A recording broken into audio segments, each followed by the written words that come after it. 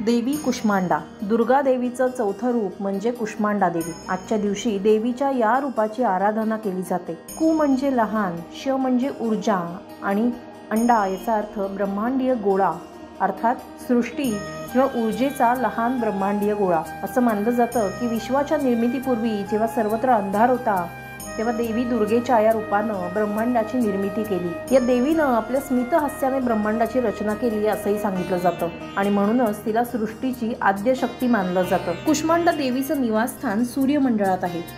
आपण सूर्याकडे क्षणभरही पाहू शकत नाही, त्या सूर्यमंडलाच्या आतील भागात ही देवी राहते। यावरूनच या देवीचं तेज आपल्याला समजू शकेल। तिथे निवास करण्याची शक्ती केवळ या देवीमध्येच आहे। कुष्मांडा देवीचं शरीर हे सूर्याप्रमाणे दैदिप्यमान आहे। तिचं तेज आणि प्रकाशामुळे 10 दिशा उजळून निघतात। ब्रह्मांडात असलेल्या सर्व वस्तू आणि प्राण्यांमधलं तेज हे केवळ या देवीच्या कृपेमुळेच आहे। देवीला 8 भुजा आहेत। ही देवी म्हणूनच अष्टभुजा या नावाने देखील ओळखली जाते। तिच्या 7 हातांमध्ये क्रमशः कमंडलू, धनुष्य, बाण, कमळाचं फूल, अमृत कलश, चक्र आणि गदा असून 8व्या हातात जपमाळा आहे। तसंच तिचं वाहन वाघ आहे। या दिवशी साधकाचं मन अनाहत चक्रात स्थिर झालेलं असतं। या दिवशी अत्यंत पवित्र आणि स्थिर मनाने कुष्मांडा देवीची पूजा आणि उपासना करावी असं सांगितलं जातं। आजच्या दिवशी देवीला कोहळा अतिशय प्रिय असतो आणि म्हणूनच या देवीला कोहळ्याचा पेठा किंवा यज्ञामध्ये कोहळ्याचे तुकडे अर्पण केले जातात। कुष्मांडा देवीचं मंदिर उत्तर प्रदेशातल्या कानपूर जिल्ह्यातल्या घाटमपूर शहरात बघायला मिळतं। इथं ती चतुर्भुज आकारात असून तिला 2 मुख आहेत। तर वाराणसी मधलं कुष्मांडा देवीचं मंदिरही तेवढेच प्रसिद्ध आहे।